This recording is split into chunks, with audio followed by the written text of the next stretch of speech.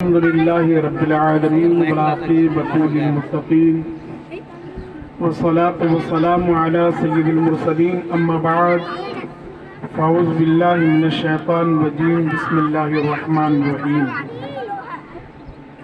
كل نفس ذائقة الموت صدق الله المولانا العظيم وصدق رسوله النبي الأمين المتين المبين المعين الكريم ونحن على ذلك لمن الشاهدين والشاكرين والحمد لله رب العالمين. حضرات، وقت نہیں کہ آپ کو کچھ سناؤں، اس لیے کہ یہ وقت کھانے کا وقت ہے.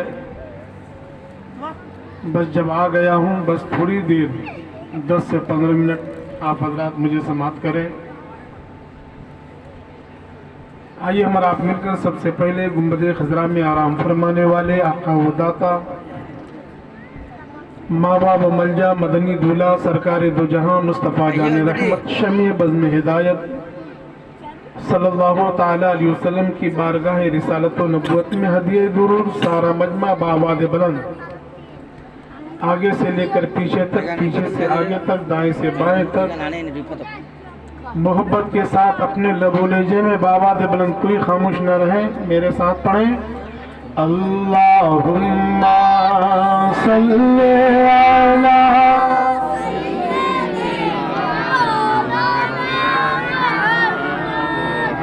وعلی سیدنا مولانا محمد حبیبنا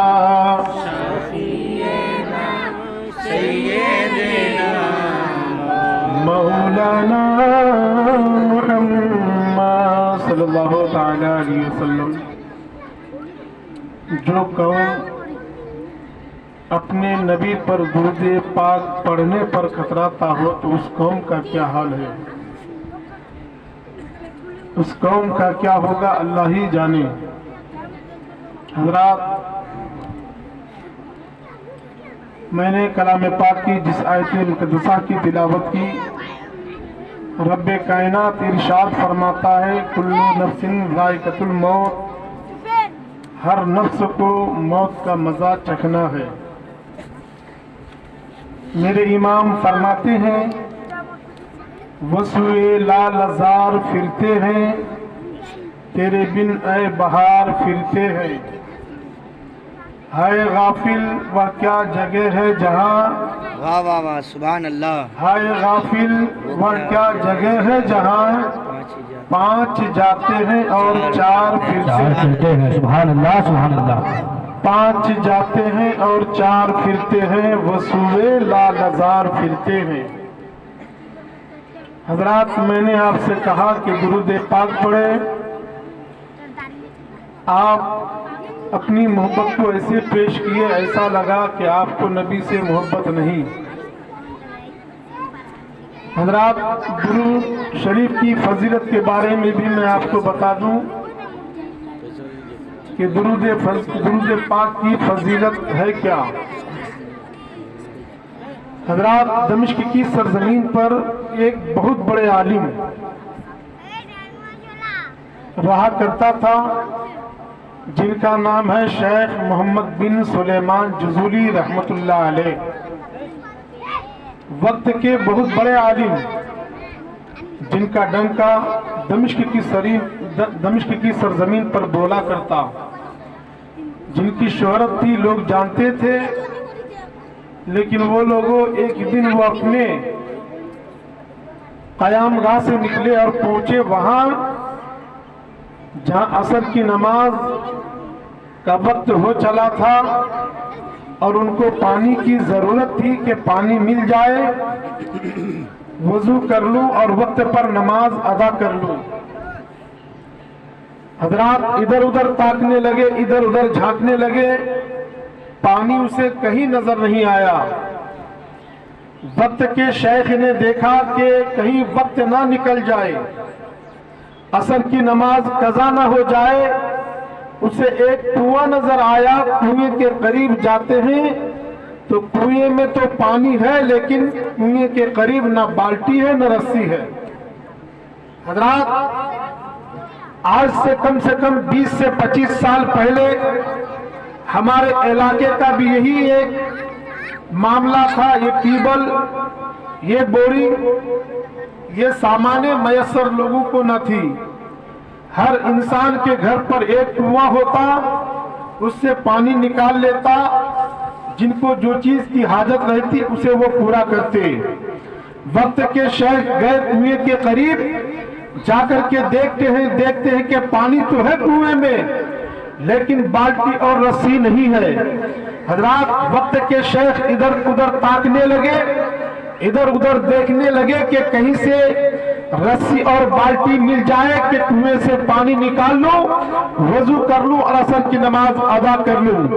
لیکن وہ لوگوں کنویں کے قریب ایک مکان ہے، اس مکان کے چھت پر ایک کم عمر کی بچی اس چھت کے اوپر سے دیکھ رہی ہے کہ ایک یعنی خوبصورت ضعیف بزرگ کنویں کے قریب ہے، جنہیں کوئی چیز کی تلاش ہے، جنہیں کوئی چیز کی تلاش ہے۔ کم عمر کی بچی کہتی ہے بابا آپ کو کس چیز کی تلاش ہے؟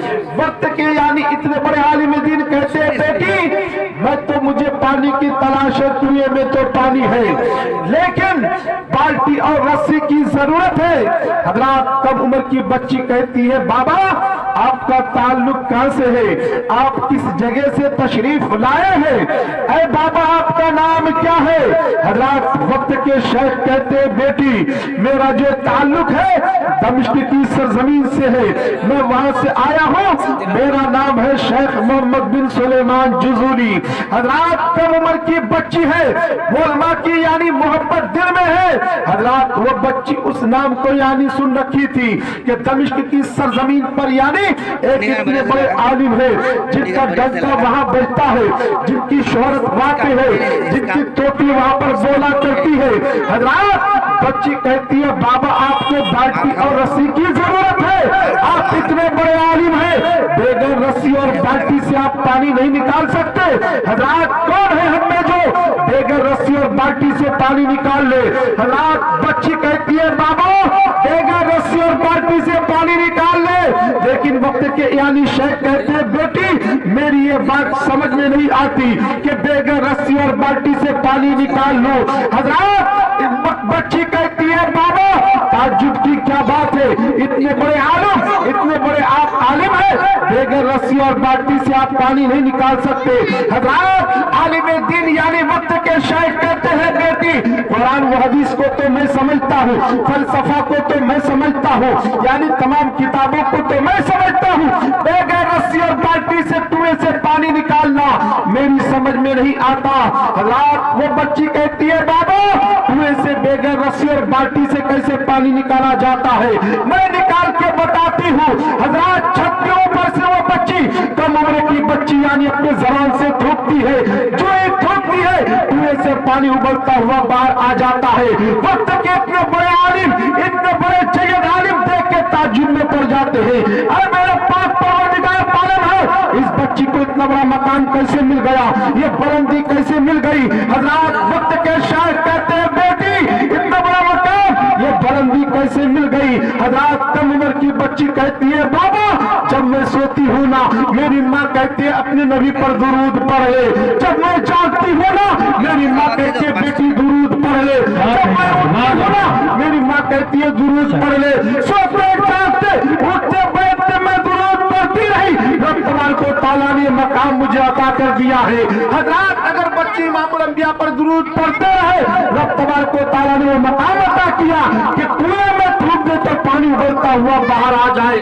لیکن وہ لوگوں ہم تو امام الانبیاء کی امتی ہے، ہم تو امام الانبیاء کی امتی ہے، ہم اگر اپنے نبی پر کثرت سے درود پڑھیں گے کیا بروز حشر ہمارے نبی ہم پر کیا شفاعت نہیں کرے گا، کیا ہم کو جنت نہ دلائے گا؟